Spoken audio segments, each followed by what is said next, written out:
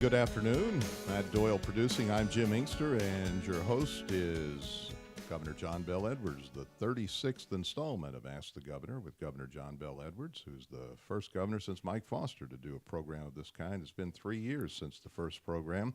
And if you would like to participate, you heard the number. Here it is again, 877-217-5757 for Ask the Governor. And since we last visited Governor, you attended the National Governors Association event. There are a few more Democrats in the fold. How was the gathering?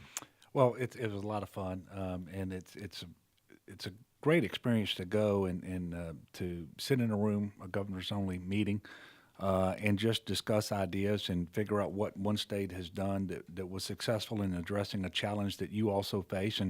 And by the way, quite often I'm called upon to explain what we did in Louisiana on certain things, whether it was criminal justice reform or some of the other things we've been doing.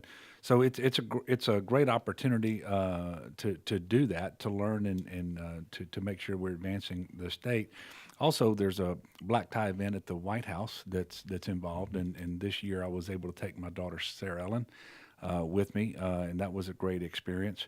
And then we had a business meeting at the White House the following morning, where all the governors went over and we met with various cabinet officials to discuss things like trade and the USMCA, which is NAFTA 2.0. We also discussed school safety and some things that are happening at the state level. But to be able to meet with cabinet officials like the Secretary of the Department of Education or the Attorney General, in order to discuss these things, I just think it's very helpful. And so this was a great NGA that we had in Washington. And a few weeks ago, I saw you courtside when LSU won its first SEC basketball title in a decade, and it was an interesting night. It was a very interesting night. Of course, that night, the LSU played extremely well when they had every reason to potentially be very distracted with everything that's going on around that program. But actually, I think had the biggest win of the year at home over an SEC team. Vanderbilt won the SEC championship. And so hopefully they're going to be able to put forth that kind of effort and get that kind of result tomorrow when they play Yale. And so I'm excited about that. You know, Jim, I'm a big LSU fan, and I think it's very unfortunate all the things that are going on around the basketball program right now. And I hope that at the end of the day everything gets cleared up and nobody did anything wrong. But it's a very, very tough situation, and it's tough for the players, it's tough for the fans, it's tough for everybody involved. What do you make of the Will Wade controversy? Yeah, I've been asked about this. First of all, I can't say that I know everything. In fact, I don't know that anybody knows everything about this particular situation. I just know it's a very difficult decision that the administration has to make. Because they know what was put out over the media in terms of the intercepted telephone call and the transcript. They have not had an opportunity to sit down with the coach and have him answer questions. And the administration is asked to do that, and I think the coach has declined. And so it's really hard under those circumstances to disagree with what the university has decided to do. Although, again, it is terribly unfortunate because we had so much momentum going, the best season in many, many years, and of course we're in the NCAA tournament as we speak. So I'm hopeful that this all gets cleared up. But in the meantime, it's just a tough situation. I really feel for the players because they have put in so many hours of hard work at practice and during the off season, and they played so well. I just hope they can remain focused and play up to their abilities. And if they do, there is no reason why LSU can't do extremely well in this tournament. The former head of the Board of Regents, Richard Lipsey, chair of the board, he's called for the dismissal of the school president, King Alexander, and the athletic director, Joe Oliva. Richard Lipsey is, of course, a wildly successful business person in our state and was a supporter of yours. What are your thoughts about his statements? Well, I'm not prepared to go there. Richard has been just a tremendous person in Louisiana in terms of higher education. He was on the Board of Regents. He chaired the Board of Regents for a while.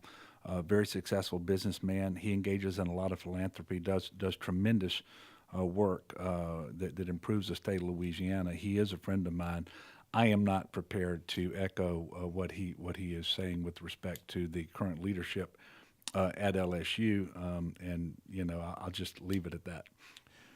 Coming Saturday, the Gridiron Show, the annual presentation from journalists and former journalists who were spoofing politicians, will take place here in Baton Rouge, and you have been there the last few years and actually have gotten on stage to provide a rebuttal. I suspect you'll be there Saturday. I intend to be there Saturday night. It's always a lot of fun, and the folks from the Press Association do a great job of poking fun at everybody, by the way. And you have to have a thick skin if you go. If you're holding elective office in Louisiana, especially statewide elective office, you've got to have a thick skin when you go. And but as you mentioned at the very end of the show, I get my chance to get up and kind of give it back to them a little bit, and that's a lot of fun.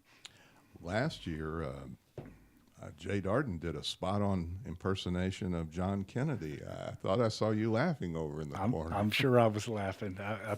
I thought he was quite funny with that, and of course Jay does a good job with that. When whether he's just giving a lecture on history or whatever he's doing, he's just entertaining. He's funny, and so I'm sure I was laughing. Let's try to get one call in, Matt, before the break. Our friend James in Longview. We start with you, James. Longview, Texas, that is. Hello, James. Well, good afternoon, Jim, and good afternoon, Governor. Yes, sir. Anyhow, good to talk to you again. Anyhow, I was reading in the news where the next Louisiana governor's race is predicted to be the most expensive ever, and I know everybody wants it cheaper, but I just want to get your thoughts on it. Do you think the system is okay? Does it need reforms? I'd just kind of like to get your views on the topic. Well, thank you for calling in, James. And, I read that as well. Of course, we have a budget, and we've been trying to raise funds and successfully in order to be able to meet that budget. It does cost too much money to run, to be honest with you. But it's not all the candidates, so it's all the outside spending that gets added into that. You just had an anniversary on... I did, a couple of weeks ago. March 4th, right? How many years now? 30 years. And I told somebody that the other day, and they said, well, Donna couldn't have been more than about 12 when you married her, because she does look very young. But no, childhood sweethearts, I'm the most blessed person that I know of. And very happily married to her for 30 years. And I will tell you, she does a great job as First Lady, and she's got a big heart. She loves the people of Louisiana, but especially those who are most vulnerable, children in foster care, children who've been abused and maybe victims of human trafficking, that sort of thing. And anyway, I just appreciate her so much. How old were you when you met? I was in the 7th grade. She was in the 6th grade, and we were at Westside Middle School together in Amite. And your first date was? I was in the 10th grade, and she was in the 9th grade, and I can tell you more than that, but she would get angry with me. Kelly in Baton Rouge. Hi, Kelly. You're on Ask the Governor. Hi, yeah. So thank you for taking my call. I just had a quick question. So when it comes to budgeting priorities, could you tell me where the rebase and restore for disability services is? The rebase and restore for disabilities. And I'm sorry, Kelly, I think I understood your question.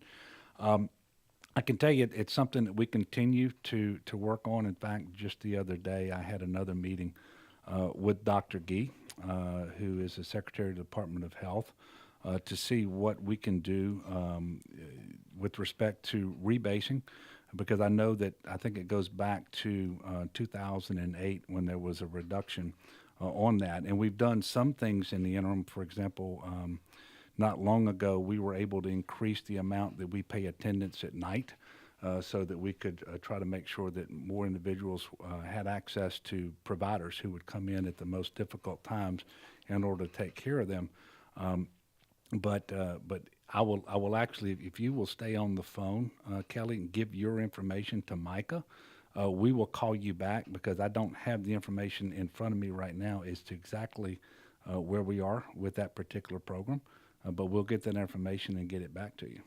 Thank you, Kelly. 877-217-5757. Ralph in Lafayette. Hello, Ralph. You're on the air with the governor. Ralph, you have the floor. Good afternoon. I have two questions, actually. My first question is, how could a housing authority drop a civil service status without any kind of input from its employee? And my second question is,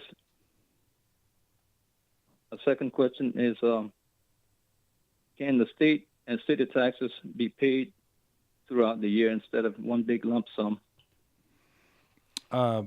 First of all, with respect to the first question, I don't know enough about the situation you described with the housing authority. If you would stay on and talk to Micah, I'll have someone call you back with respect to that.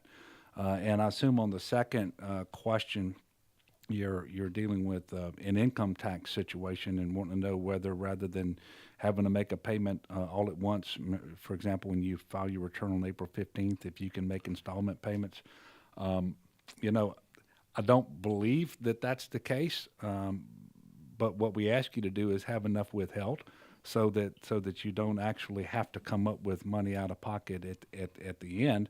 But again, Ralph, I'll try to have someone from Revenue call you just to confirm what the situation is there. And of course, if your question has something to do with other than the income tax, then they'll be able to help you there All right, as well. Ralph, stay on the line, and we'll get your information. Piper in Baton Rouge. Hello, Piper. You're on Ask the Governor. Hello. Hi, Piper. You're on the air. Oh, well, I guess my question is that after the Medicaid subsidies end in 9 years, how are we going to pay for the $1 billion a year expansion? Okay, I'm assuming you're talking about Medicaid expansion, and we're almost at the full 10%, which is what our out-of-pocket share is going to be, the non-federal share. So we're almost there, but we actually have saved $300 million in general fund because of the Medicaid expansion, because of the enhanced federal match that we get. And we're going to meet our 10% cost share because of the premium tax that we collect, and also the provider fees with respect to the Medicaid system. Those are statutory dedications that we wouldn't have but for the fact that we expanded Medicaid in the first place. We do not spend general fund dollars, which is where we were short, as you know, Piper, when I came to the office, by more than $2 billion. We don't spend general fund dollars on the Medicaid expansion. And however, because of the economic impact of expansion, Dr. Richardson of LSU did a study. It actually creates $100 million in general fund revenue for the state because of the sales tax activities and the income tax activities that are related. So while it doesn't cost us general fund, it generates $100 million in general fund, and we have our 10% share through those statutory dedications. So the Medicaid expansion is in good shape both today and going forward. Was that a good part of the Affordable Care Act? Would you have voted for it, for example, if you had been a member of Congress? Well, first of all, the Medicaid expansion is very good for the state of Louisiana. You know, for a state that has had more than its fair share of poor people for generations, more than its fair share of uninsured people, and poor health outcomes relative to other states, it is a great deal for us because for no more than 10 cents on the dollar, we've been able to insure about 480,000 working poor people who otherwise remain uninsured. And this is where we're saving money. If you're uninsured and you go to the hospital, it costs the state 40 cents on the dollar out of the general fund for that care. But we can insure people for no more than 10 cents on the dollar from the statutory dedication. But we're keeping people out of the emergency room when they really need primary care. And we're allowing folks to get primary care, preventive care, and it saves us money. The most expensive, least effective way to manage disease is through the emergency room. Mm-hmm. So we're in a better place today. You know, I say it all the time. The same Catholic faith that leads me to believe that being pro-life on the issue of abortion is correct also tells me that the Medicaid expansion is a pro-life position. There's no doubt in my mind that there are people in the state of Louisiana who are alive today who would be dead but for the Medicaid expansion. In that vote that the late Senator John McCain cast, it basically saved this. Well, it might it have did. saved other parts. Yeah. Other parts might have been preserved, but not that. That's correct. And look, I don't think the Affordable Care Act is perfect, but I can tell you the Medicaid expansion has been good for Louisiana, and not to say it couldn't be improved, but we're in a better place today than we would be without it. You know, for example, we haven't had a single rural hospital closure in Louisiana. You can only contrast that with the experience of other southern states that didn't take the Medicaid expansion, where they're closing by the dozens. Look at Texas or Mississippi, Alabama, Georgia. And so this is really important because when a rural hospital closes, a big part of that community it just disintegrates, and so it's really important for a lot of different reasons. Mike in Lake Charles, you're on Ask the Governor with Governor John Bell Edwards. Hi, Mike. Hey, what's up? Hi, Mike.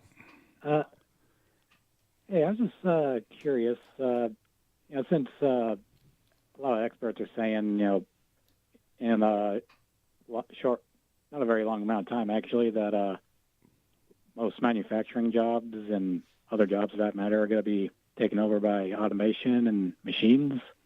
I was just wondering, since you seem to be all about keeping jobs in Louisiana and all that, if you have a plan to prepare Louisiana for automation?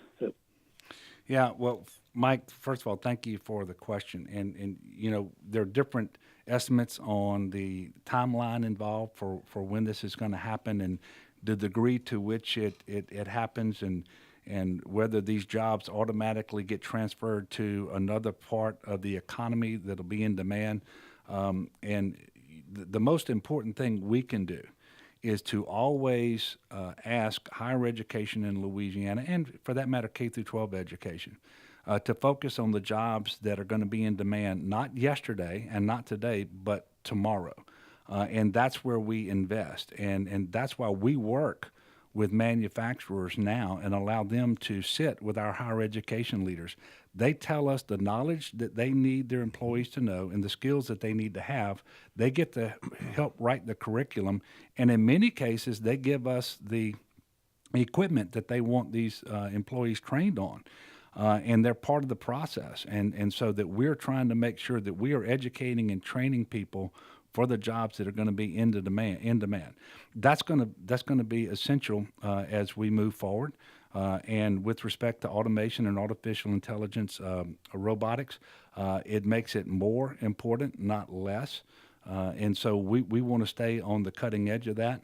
And what we're going to see, and this has been predicted over the next number of years, individuals are going to have 5, 6, 7, 8 different jobs over their work life because the economy is going to be changing that rapidly.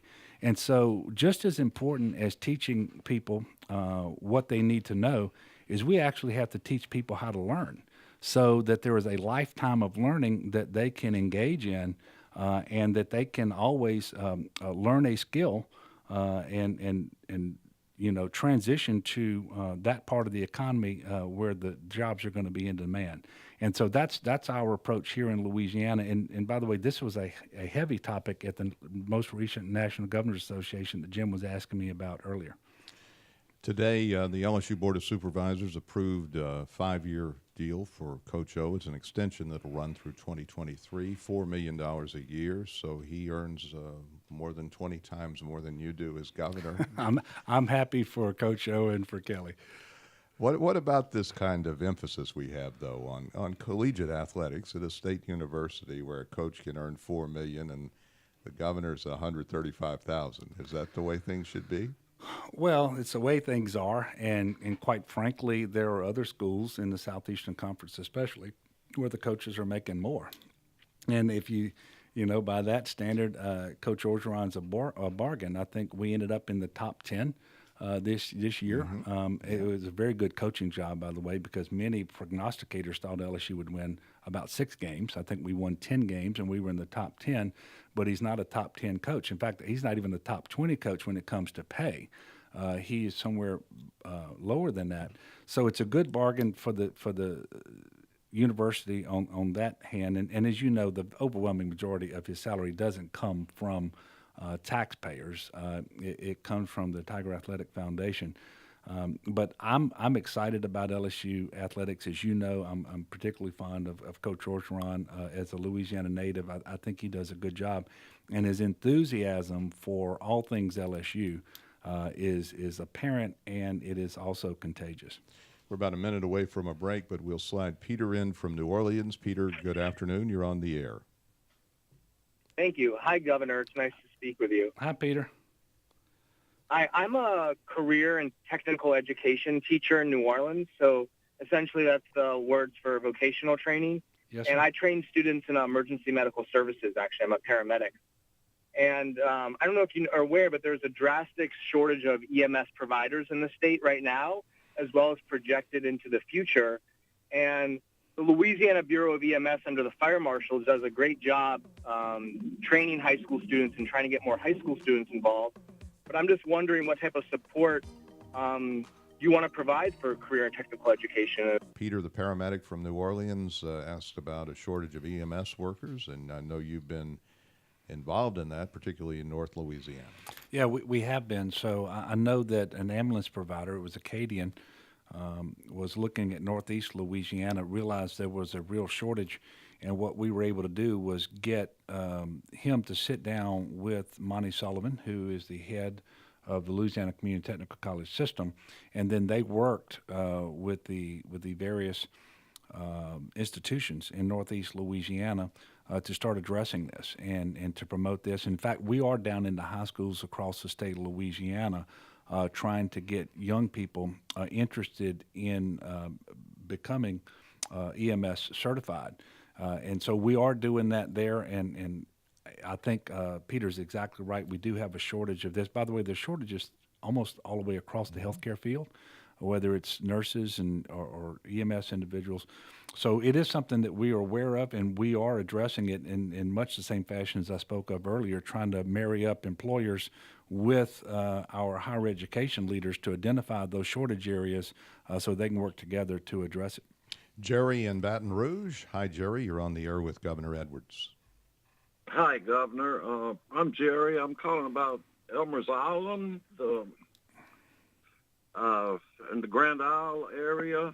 Yes, sir. The state purchased Elmers Island. All of us fishermen supported, of course. The Fouchon Beach was closed. The Whistler donation, it was determined that they owned that, and it was closed. So there's no place that to drive on the beach anywhere now except Cameron Parish.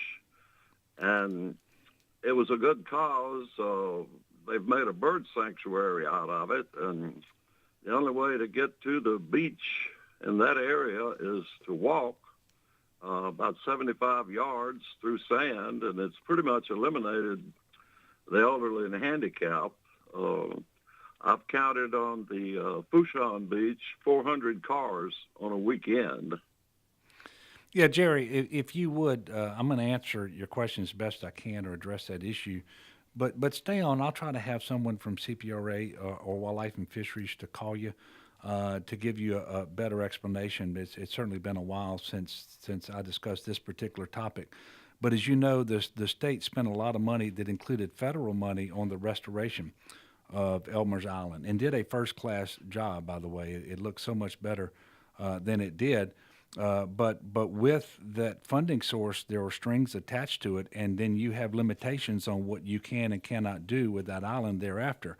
And obviously it remains open. The question is vehicular traffic, and the reason that presents a problem is because one of the justifications for accessing the federal dollars is we wanted to have a sanctuary there for birds, and the concern with the federal government is that the vehicular traffic would be inconsistent with that and would not allow the birds to nest there and congregate there the way that they otherwise would. And so it's a difficult situation. I can tell you the mayor of Grand Isle is working with us there. We're trying to find a reasonable accommodation to figure out whether we can do something around golf carts, for example, and have very tightly controlled, designated routes, because we do recognize that it's a problem. But I would like to highlight the achievement that we've been able to have in Louisiana with that restoration project, because it's very, very important to our state that we were able to get that done. Stay on the line, Jerry. Danielle in Denham Springs. Hi, Danielle. You're on the air with Governor Edwards. I would like to know what he plans on doing about the issue with the traffic on the west side of the river.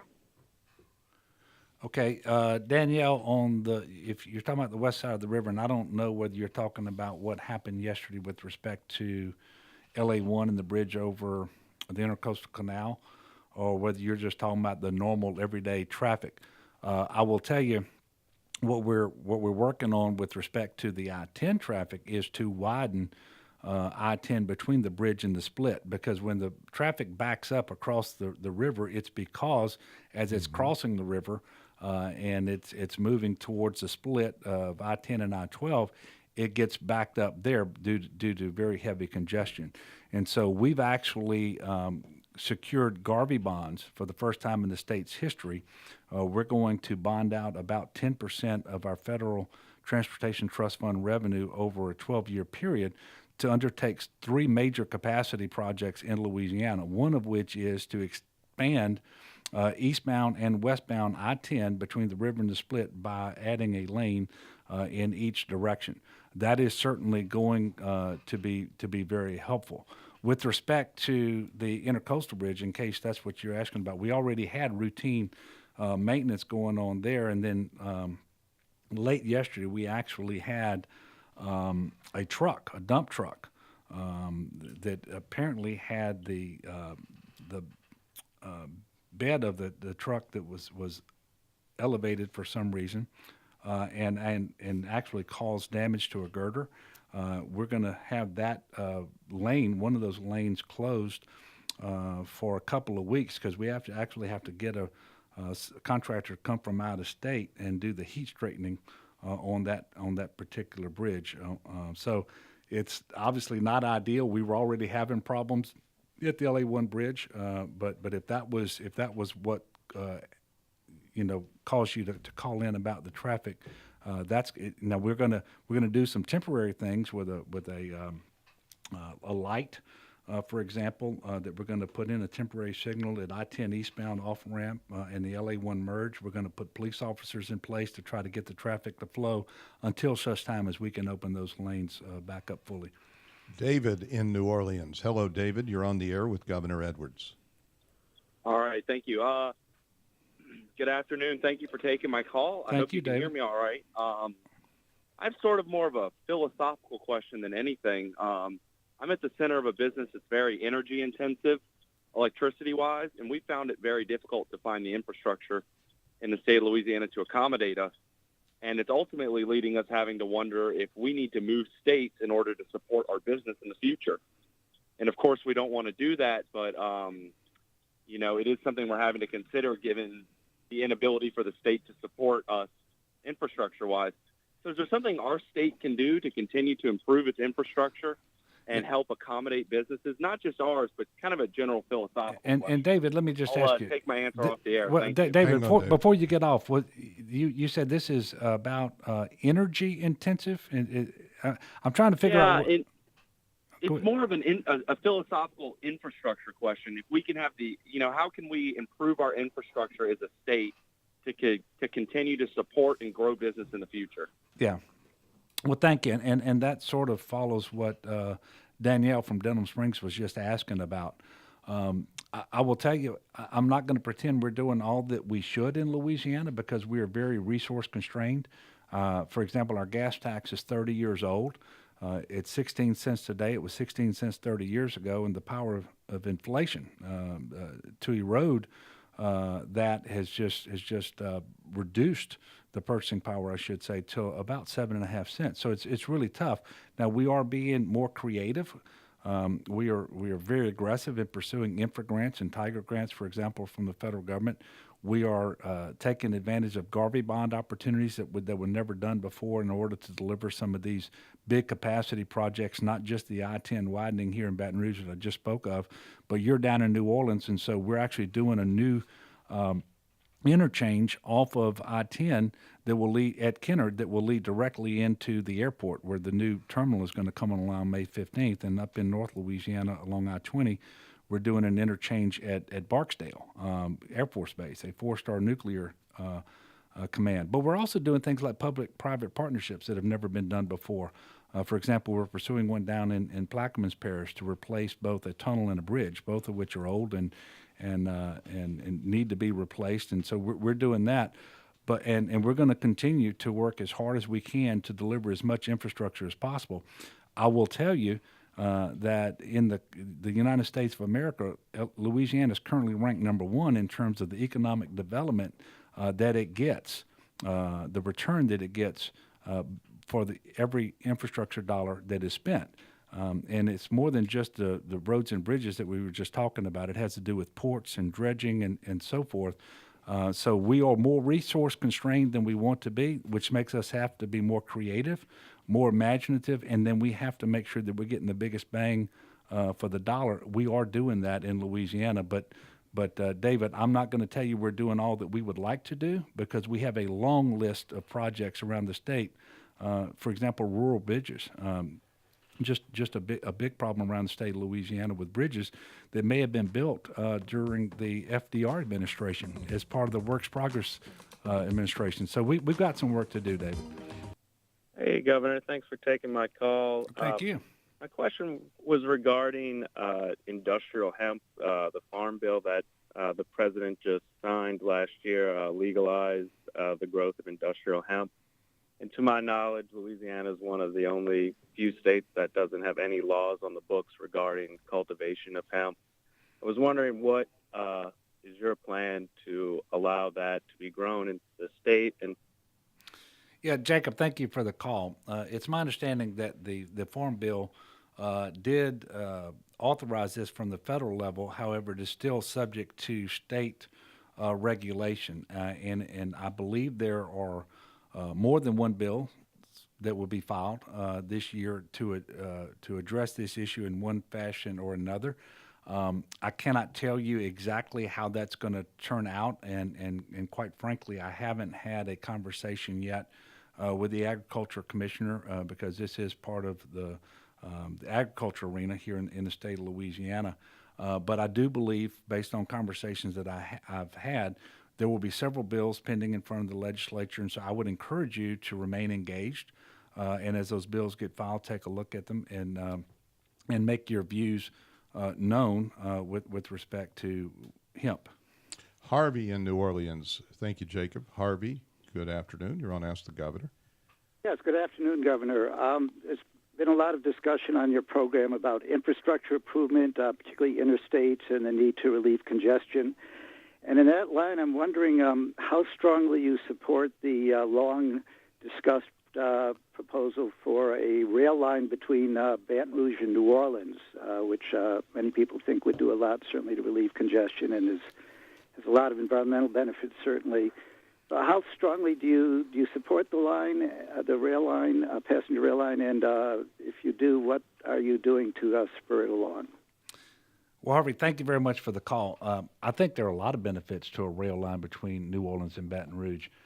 For one is I think that New Orleans and Baton Rouge is stronger together, so that together they become sister cities and then compete with other areas like Dallas, Fort Worth, and St. Paul, Minneapolis, for example. I think it would be great if you could live in New Orleans and work in Baton Rouge, or decide that you were going to recreate and so forth and get on a train rather than have to get in a car. It would take a certain amount of traffic off the interstates where, as you indicated, we are more congested than we'd like to be. However, and by the way, I've been working with the Southern Rail Commission on this. We've got efforts in the state led by John Spain here in Baton Rouge and Walt Leger, who is from New Orleans, a state representative. We've been working through the Department of Transportation on this, but it is a very expensive proposition. And there are issues across the Bonnet Carré Spillway right now, for example, and so forth. And so I can't tell you that we're on the cusp of getting this done. Unfortunately, years ago, there was an opportunity to access federal dollars for more passenger rail in Louisiana.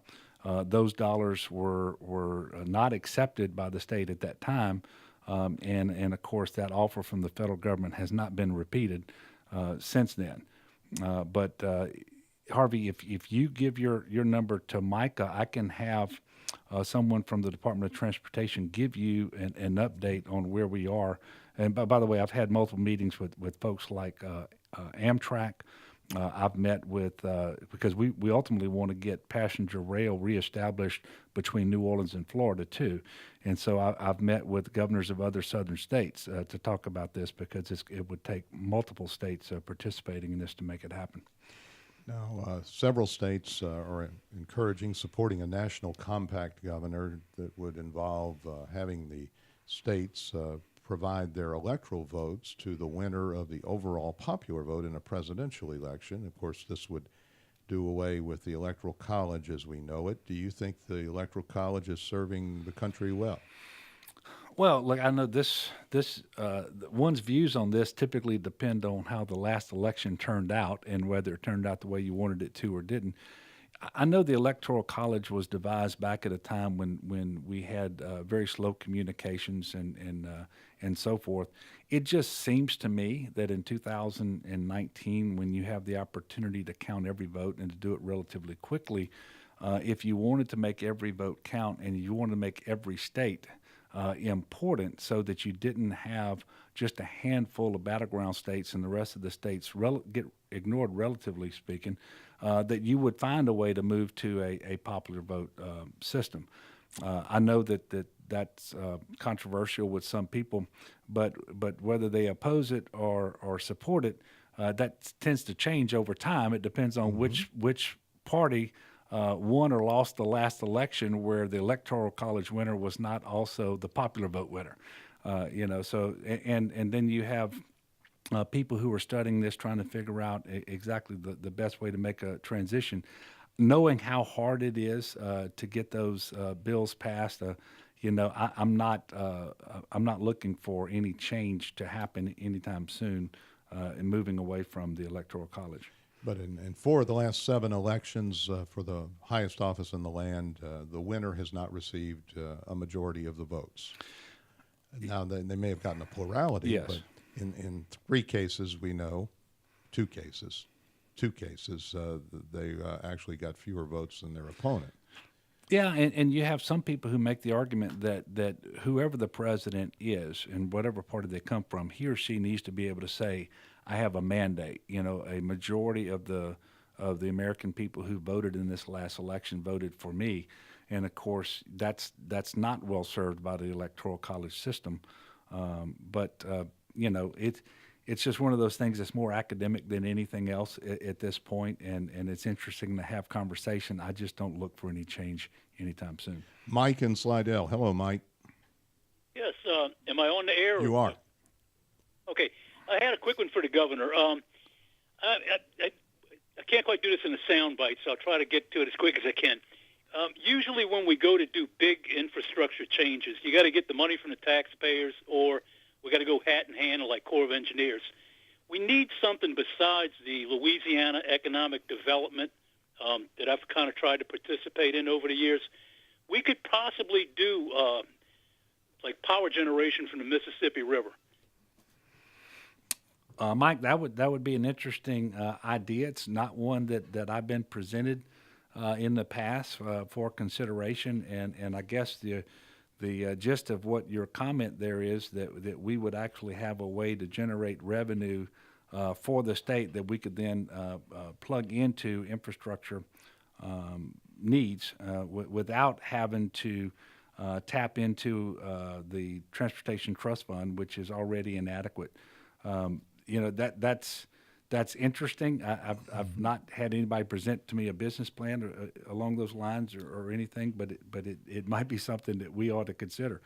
Is there any chance for a gasoline tax to pass this session? I think it's going to be extremely difficult, Jim. Typically, big things, controversial things, especially around revenue, don't happen in election years.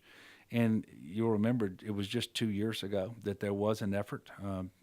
Representative Carter from here in Baton Rouge filed a bill, and it didn't even get a vote on the House floor.